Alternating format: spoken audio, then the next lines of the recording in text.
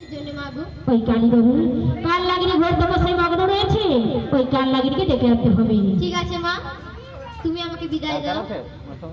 তাই দিচ্ছি। হে কৃষ্ণ দুর্গা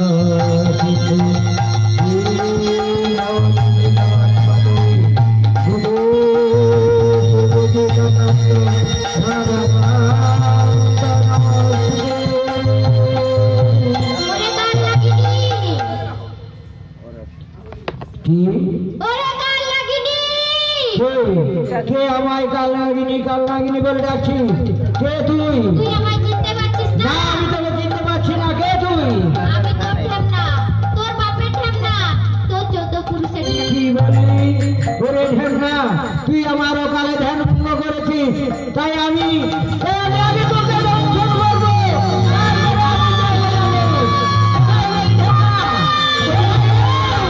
কোথায় কোথায় ওই ঢেমনা? ওই কাল লাগিনি তুই ঢেমনাকে তাড়া করেছিস? হ্যাঁ মা, ওই ঢেমনা আমার অকালে ধ্যান ভঙ্গ করেছে, তাই আমি ঢেমনাকে আগে শেষ করে দেবো। আরে কাল লাগিনি, মাগো, আমি ঢেমনাকে পাঠিয়েছিলাম কি বললে? তোকে ডেকে আনার জন্য। তুমি পাঠিয়েছো? হ্যাঁ, কেন মাগো? কেন জানিস? কেন? 3 প্রহরে 3 নাক বন্দী হয়ে গেছে, 3 প্রহরে 3 নাক বন্দী হয়ে গেছে। আর মাত্র শেষ প্রহর বাকি। ওই সাঁওতালি পর্বতের লোহার বাসন ঘরের মধ্যে বেহুলা লক্ষ্মীটা রয়েছে, ওই লক্ষ্মীটাকে দংশন করে আসতে হবে। এই কথা? বেশ বেশ, আমি তোমার কথা মতো ওই সাঁওতালি পর্বতে যাব লক্ষ্মীন্দরকে দংশন করার জন্য, কিন্তু তুমি আমাকে পুষ্প পান দিয়ে বিদায় করো মা।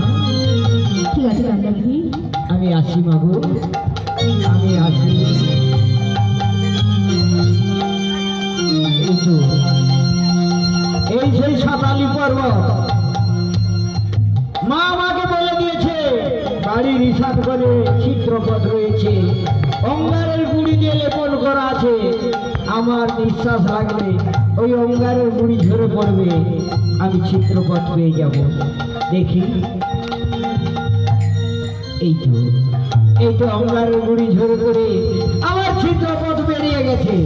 না না, এবার এই চিত্রপথ দিয়ে আমি ভিতরের মধ্যে প্রবেশ করি।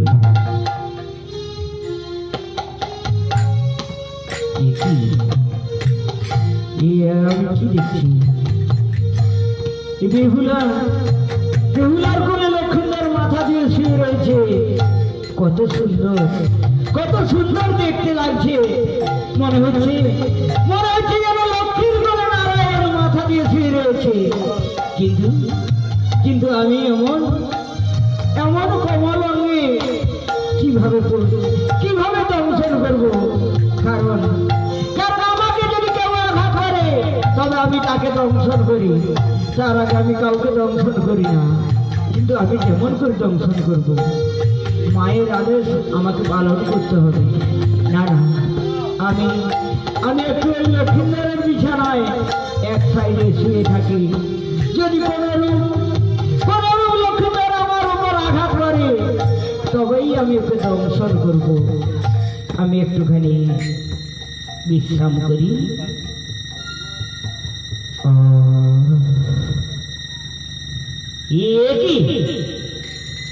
লক্ষ্মীন্দর, আমি তোকে দংশন করতে এসে আমি তোর কমল অঙ্গ দংশন করতে পারিনি, তাই আমি তোর পায়ের ঘরে একটু আশ্রয় নিয়েছিলাম। তুই আমার মস্তকে পদাঘাত করলি। না না, হয়তো ঘুমের ঘরে লক্ষ্মীন্দর দংশন হয়তো আমার মস্তকে পদাঘাত করেছে। না না, এবারের মতো আমি ওকে মাফ করে দিই।